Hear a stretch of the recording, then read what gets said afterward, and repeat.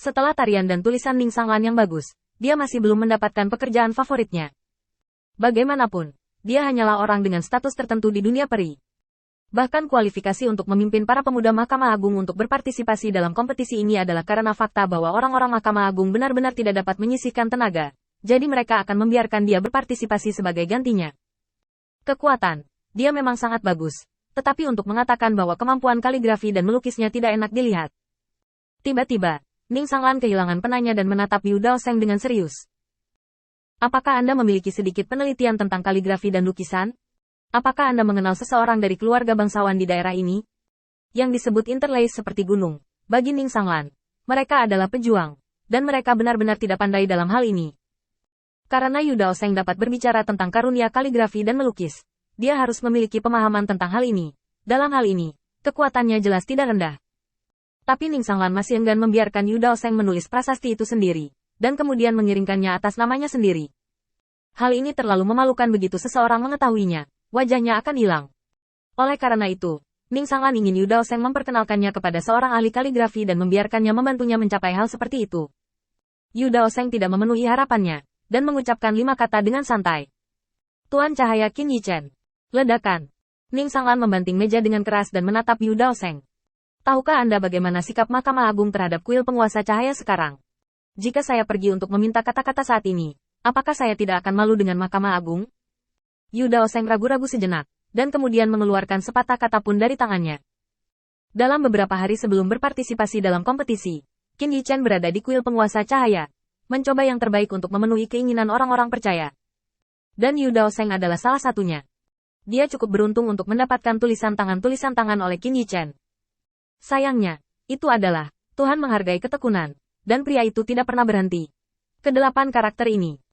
Sekarang setelah kata-kata yang diberikan oleh Lord Lightlord dikeluarkan, Yu Daoseng cukup enggan untuk berpisah dengannya.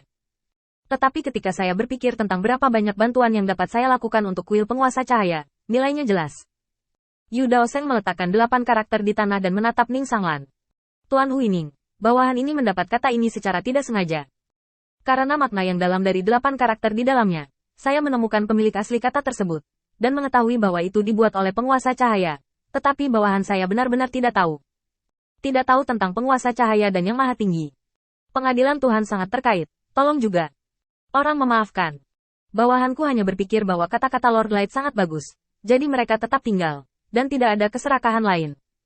Yu Daoseng menyelesaikan kebohongan ini dengan tenang, dan kemudian mengangkat kepalanya untuk melihat Ning Sanglan. Karena bawahan ini telah membuat marah orang dewasa, sepasang kata ini akan diserahkan kepada orang dewasa, dan terimalah mereka untuk menyelesaikan momok bagi bawahan ini. Setelah berbicara, Yu Daoseng langsung bersujud. Dilihat dari penampilan Ning Sanglan sebelumnya, dia sangat tidak puas dengan situasinya. Jika Anda memikirkannya dengan jari kaki Anda akan tahu bahwa dia sekarang memegang posisi penting, dan dia pasti ingin berkarir. Namun, orang-orang di bawahnya begitu arogan dan malas sehingga dia membiarkan dirinya keluar tanpa halangan sama sekali. Mungkin, di mata Ning Sanglan, semua penyamarannya telah lama terungkap. Dia hanya iseng, berpura-pura menjadi orang dari Mahkamah Agung, dan ada beberapa aspek etiket yang dia buat untuk dirinya sendiri. Dengan keberuntungannya sendiri, bagaimana hal yang baik bisa terjadi? Mungkin pihak lain sudah menemukan identitasnya, dan mungkin dia hanya ingin membuat dirinya bahagia. Tidak peduli apakah pihak lain melihatnya atau tidak, satu-satunya yang konstan adalah bahwa Ning Sanglan sangat tidak puas dengan situasinya. Ada begitu banyak yang ingin dia lakukan.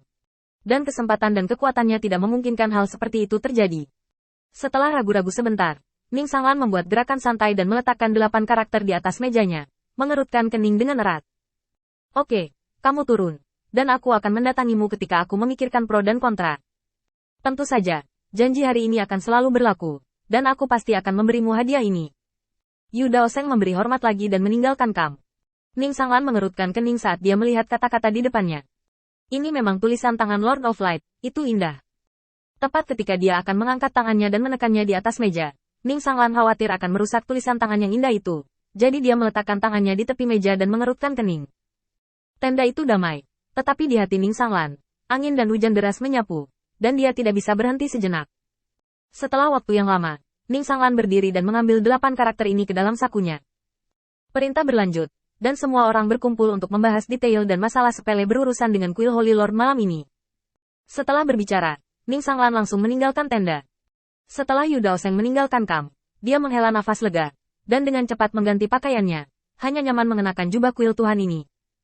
Tepat ketika Yu Daoseng belum mengetahui apa yang terjadi di sepanjang jalan, Yu Daoseng tiba-tiba mendengar suara Qin Yichen di benaknya. Kerja bagus, tapi kamu masih mengabaikan beberapa detail kali ini, dan kamu menyelesaikan tugas secara tidak sengaja. Aku akan memberimu beberapa petunjuk nanti. Masih ada orang di pihakku. Ayo kembali dulu. Mereka semua bisa bertingkah normal. Ingat, apa yang kamu minta di sini hari ini tidak bisa dikatakan, itu busuk di perutmu. Yu Daoseng sedikit gembira dan mengangguk cepat. Tuan Cahaya, jangan khawatir, saya pasti tidak akan mengatakan sepatah kata pun. Tapi apa tujuan membiarkanku datang ke sini, Tuan Cahaya? Di tengah keraguan Yu Daoseng, Qin Yichen tersenyum sedikit. Menurutmu apa hal terpenting dalam perang antara kedua pasukan? Apakah itu menyiapkan persediaan yang cukup, atau menyiapkan jenderal yang kuat? Tidak satu pun dari mereka. Yang benar-benar penting adalah kecerdasan. Hal yang sama berlaku untuk praktisi, tetapi penekanannya berbeda. Yu Daoseng tampak terkejut. Dia melihat kembali ke kamp. Ada suara berdengung di benaknya, dan itu menjadi kosong. Maksudmu, kamu sudah tahu siapa orang yang mengatur di sini? Bahkan kecerdasannya. Gaya Qin Yichen sebagai master membuatnya menjadi teka-teki. Menurutmu begitu, itu saja. Dalam kompetisi ini, setiap orang di Mahkamah Agung dalam posisi kunci. Informasi mereka terus-menerus dikirim ke pikiran Qin Yichen. Orang-orang percaya yang tidak dapat berpartisipasi dalam kompetisi tidak melewatkan pesta, tetapi bekerja keras dalam keheningan yang kebanyakan orang tidak dapat melihatnya. Di antara mereka, ada sekelompok orang yang secara khusus bertanggung jawab untuk menanyakan informasi yang dikirim. Tingkat detailnya keterlaluan, bahkan Ning Sanglan tahu persis gadis seperti apa yang dia sukai dan warna pantat apa yang dia sukai. Menghadapi informasi terperinci seperti itu, Qin Yichen secara alami mampu menanganinya dengan mudah. Dilihat dari kontak dengan Ning Sanglan kali ini, efeknya tidak buruk. Kekuatan Ning Sanglan ini juga bagus, dan perlu digali.